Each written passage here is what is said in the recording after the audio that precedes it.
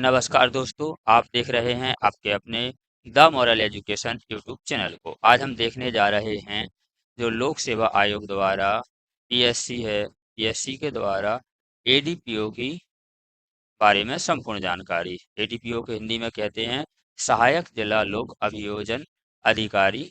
जो परीक्षा है उसके बारे में हम संपूर्ण जानकारी देखेंगे। हम देखेंगे इसमें क्या क्या क्वालिफिकेशन होना चाहिए, फीस कितनी लगती है। इसी के साथ आपको बार काउंसलिंग का जो रजिस्ट्रेशन है कराना आवश्यक है या नहीं है, पेपर कैसे आता है, ऑनलाइन है या फिर ऑफलाइन है।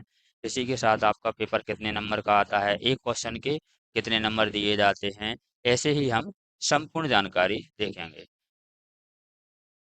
इस विज्ञप्ति से आपको यह पता चलेगा कि आपकी एडीपीओ की जो विज्ञप्ति होती है वो किस प्रकार की आती है और आपको तैयारी अब कैसे करना है। इसकी विज्ञप्ति जल्दी देखने को मिलेगी। 2024 के लास्ट तक इसकी विज्ञप्ति आपकी आ जाएगी, तो आप तैयारी करते रहें। तो देखने जा रहे हैं हम इस वीडियो को। ऐसी वीडियो प्राप्त करने के लिए आप हमारे चैनल को सब्सक्राइब कर लीजिए। हम लॉ से संबंधित और लॉ में इंग्लिश की आवश्यकता होती है तो इंग्लिश से संबंधित हम जानकारी लाते रहते हैं। देखते हैं। सबसे पहले आपका जो पेपर है दो भागों में विभक्त होता है, खंड आ और खंड बा में। जो आपका खंड आ है उसमें आपके लिए मध्य प्रदेश, राष्ट्रीय और अंतर्राष्ट्रीय स्तर का सामान्य ज्ञान पूछा जाता है, यानी जीएस आपकी पूछी जाती है। जीएस पूछी जाती है, इसी के साथ कंप्यूटर और आधारभूत ज्ञान भी पूछा जाता है, यानी आपका जीएस पूछी जाती है। देखते हैं खंडवा है। खंडवा में लॉ से संबंधित जानकारी होती है, क्वेश्चन होते हैं। और इसमें जो खंड आ है जीएस के उसमें 50% आपके आते हैं और 150 नंबर के होते हैं। इसी के साथ लॉ से संबंधित 100 क्वेश्चन आते हैं, 300 नंबर के होते हैं। 1% 3 नंबर का होता है। ऐसे आपके 450 हो जाते हैं। इसी में आपका साक्षात्कार 50 का है, तो आपका संपूर्ण अंक होते हैं 500 नंबर का यह पेपर होता है। पेपर का समय 3 घंटे का होता है, 3 घंटे में पेपर देना होता है आपको। अन्य जानकारी आपकी इस प्रकार है। आपने आपको बता दिया 50 नंबर की जीएस होती है आपकी और 100 नंबर की आपकी लॉ से क्वेश्चन आते हैं। प्रत्येक प्रश्न 3 अंक का होता है। आगे देखते हैं, ये सभी को पता है फिर भी इसमें लिखा है तो देखते हैं। 4 विकल्प होते हैं, ABCD होते हैं। इसी के साथ आपका आगे जानकारी देखते हैं। प्रश्न पत्र में जो दो भाग होते हैं, खंड आ सामान्य ज्ञान का और इसमें आपको 40% अंक लाना आवश्यक होते हैं। खंड आ में 40% और जो आपका खंड बा है इसमें भी आपको 40% पृथक पृथक अंक प्राप्त करना अनिवार्य होते हैं। 40% अंक प्राप्त करना होते हैं। जैसे जीएस का आपका 50 जो प्रश्न आते हैं उसमें से आपको 40% प्रश्न हल करने होते हैं और आपका 3 नंबर का एक प्रश्न होता है। जो आपका लॉ से संबंधित है 100 क्वेश्चन है, इसमें भी आपको 40% सही सही आपको लगाना होते हैं। तो इसी के साथ हम देखते हैं आगे जानकारी। प्रत्येक सही प्रश्न के लिए 3 अंक दिए जाते हैं और गलत उत्तर उत्तर के लिए आपका 1 अंक काट लिया जाता है। अगर आप एक प्रश्न को सही करेंगे तो आपको 3 अंक मिलेंगे, अगर आप एक प्रश्न को गलत करेंगे तो आपका 1 अंक काट लिया जाएगा। 1/3 की इसमें माइनस मार्किंग होती है। ये माइनस मार्किंग पिछली बार से ही शुरू हुई है। साक्षात्कार है आपका। साक्षात्कार में साक्षात्कार 50 अंक का होगा। साक्षात्कार हेतु न्यूनतम अंक निर्धारित नहीं है कि कम से कम कितने दिए जाएंगे, लेकिन 50 अंक का होगा, यह निर्धारित किया गया है। आगे देखते हैं। चयन परीक्षा के प्रथम चरण में एक प्रश्न पत्र जो आपका ऑफलाइन पद्धति से होगा, OMR सीट पर आधारित होगा। यह आपका ऑनलाइन भी हो सकता है। ये सब आयोग के हिसाब से होता है। पीएससी ऑनलाइन भी ले लेती है, ऑफलाइन भी ले लेती है। आगे हम जानकारी देखते हैं। जो मोस्ट जानकारी वही हम देखने जा रहे हैं। आगे देखते हैं। ऐसे प्रश्न जिनका प्राधिकृत कुंजी में दिए गए विकल्पों में से गलत उत्तर दिया गया है और विकल्पों में अन्य विकल्प सही हैं, तब प्राधिकृत उत्तर कुंजी को संशोधन किया जाएगा। यदि आपका विकल्पों में से उत्तर गलत दिया गया है और अन्य उत्तर सही है तो इसमें संशोधन किया जाएगा। दूसरा पॉइंट देखते हैं, प्रश्न के हिंदी एवं अंग्रेजी अनुवाद।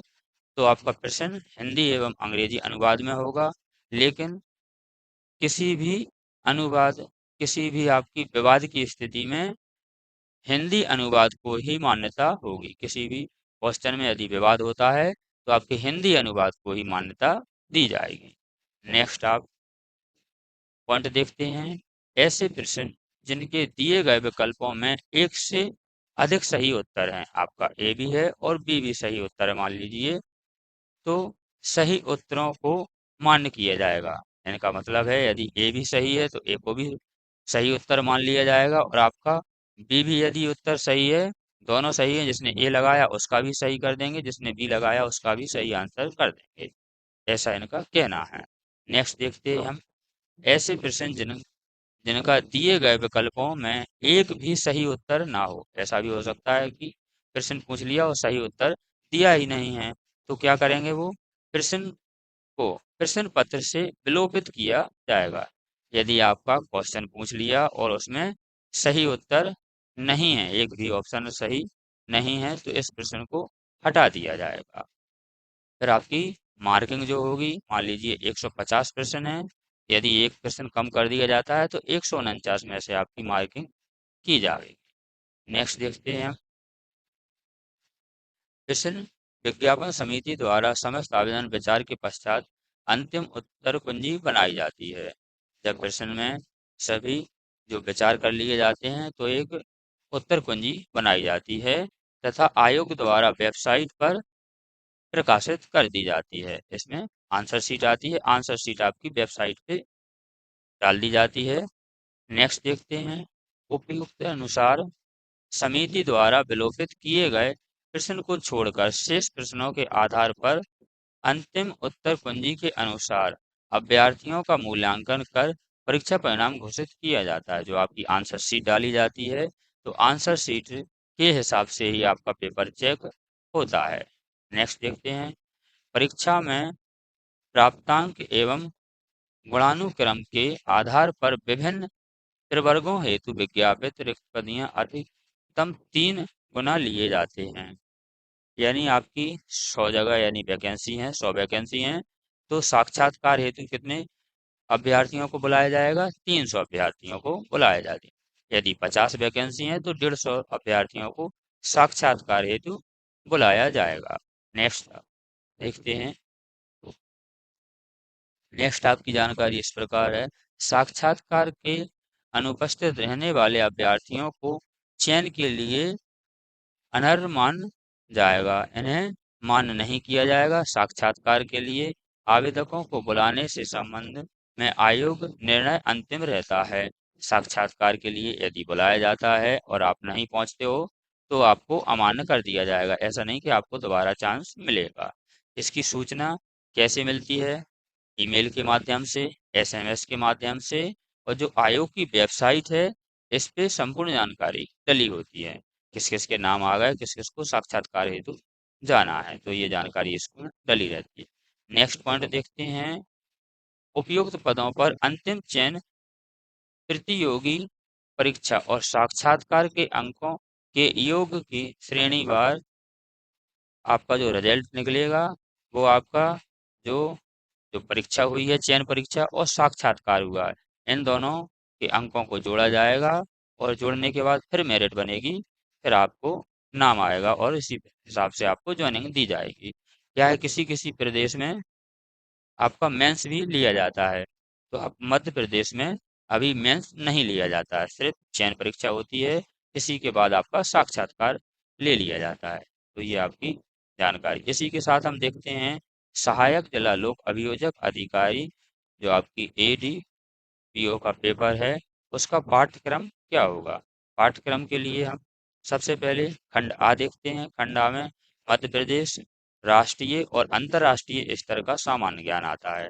इसमें मध्य प्रदेश का सामान्य ज्ञान, राष्ट्रीय अंतर्राष्ट्रीय स्तर का सामान्य ज्ञान आता है। इसमें GS पूछी जाती है। इसके 50 प्रश्न होते हैं और नंबर 150 दिए जाते हैं, क्योंकि एक प्रश्न के 3 नंबर दिए जाते हैं। आगे देखते हैं मध्य प्रदेश का इतिहास, संस्कृति और साहित्य के बारे में। इसमें क्या पूछा जाता है? मध्य प्रदेश के इतिहास के बारे में, घटनाएं और राजवंश। मध्य प्रदेश के स्वतंत्रता आंदोलन में क्या योगदान रहा था? मध्य प्रदेश की कला एवं संस्कृति के बारे में क्वेश्चन आते हैं, जो आपकी जीएस है। इसी के साथ मध्य प्रदेश की प्रमुख जनजातियां और बोलियों के बारे में भी क्वेश्चन पूछे जाते हैं। प्रदेश के प्रमुख त्योहार, इसी के साथ लोक संगीत और लोक कलाएं भी पूछी जाती हैं। मध्य प्रदेश के प्रमुख साहित्यकार और रचनाएं भी पूछी जाती हैं। मध्य प्रदेश के प्रमुख पर्यटन स्थल पूछे जाते हैं और मध्य प्रदेश के प्रमुख व्यक्तियों को भी इसमें पूछा जाता है। आगे देखते हैं दूसरे पॉइंट में, मध्य प्रदेश का भूगोल। मध्य प्रदेश के भूगोल में क्या पूछा जाता है?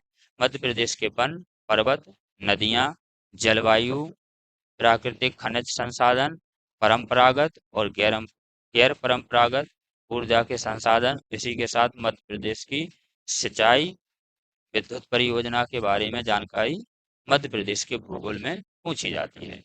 आगे देखते हैं, आपका पॉइंट 3 है मध्य प्रदेश की राजनीति और अर्थशास्त्र से भी आपके प्रश्न पूछे जाते हैं। मध्य प्रदेश की राजनीति अर्थशास्त्र, जिसमें राज्यपाल, मंत्रिमंडल, विधानसभा से प्रश्न आते हैं। मध्य प्रदेश में पंचायती राज, मध्य प्रदेश के सामाजिक व्यवस्था, मध्य प्रदेश की जनानिकी एवं जनगणना, मध्य प्रदेश की आर्थिक विकास, मध्य प्रदेश के प्रमुख उद्योग और मध्य प्रदेश में कृषि एवं कृषि आधारित उद्योग के बारे में आपकी राजनीति और अर्थशास्त्र में पूछा जाता है।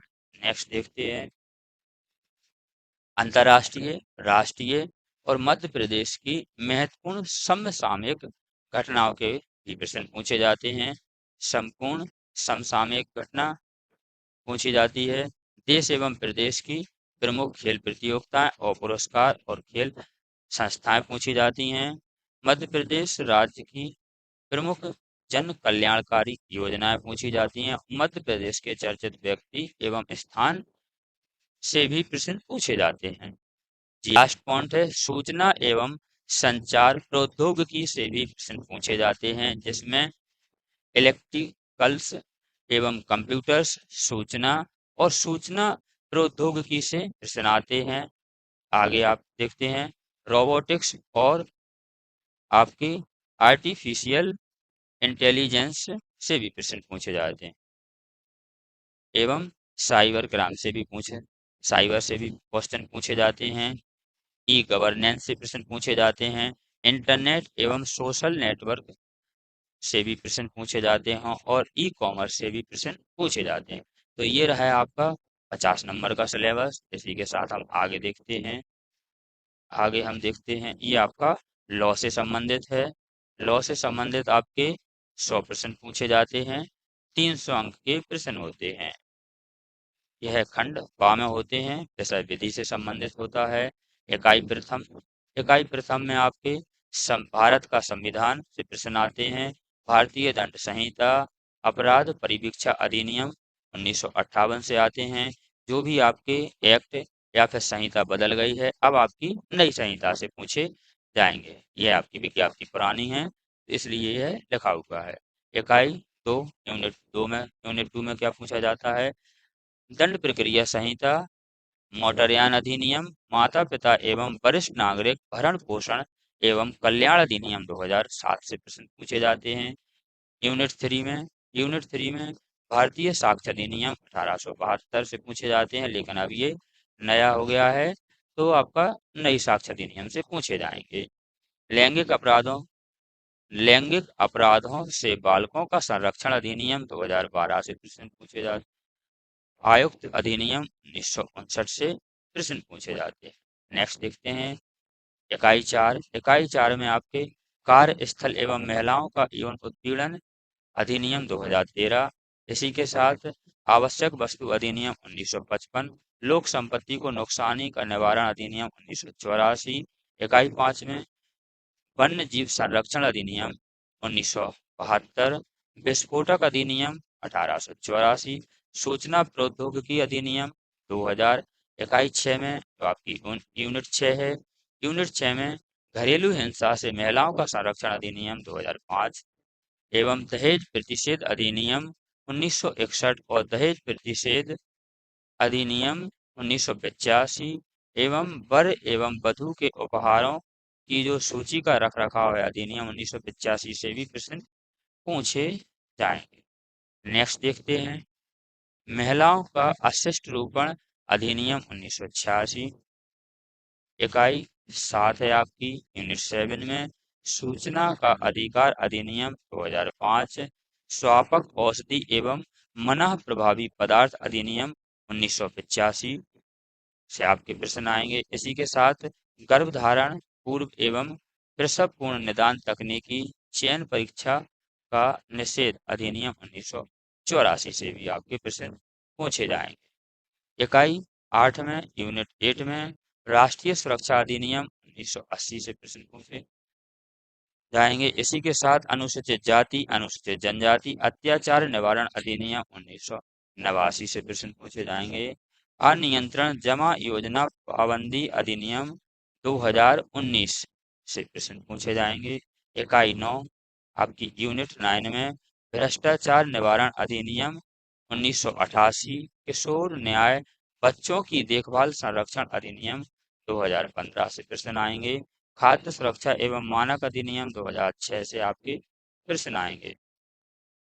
इकाई 10 मध्य प्रदेश आबकारी अधिनियम 1915, मध्य प्रदेश राज्य सुरक्षा अधिनियम 1990, मध्य प्रदेश लोक सेवा की प्रदान की गारंटी अधिनियम 2010, मध्य प्रदेश गौवंश पद प्रतिषेध अधिनियम 2004 के साथ ही आपके मध्य प्रदेश विशेष न्याय अधिनियम 2011 से प्रश्न आएंगे। तो ये रहा है आपके 32 सब्जेक्ट जिसमें से आपके प्रश्न पूछे जाएंगे।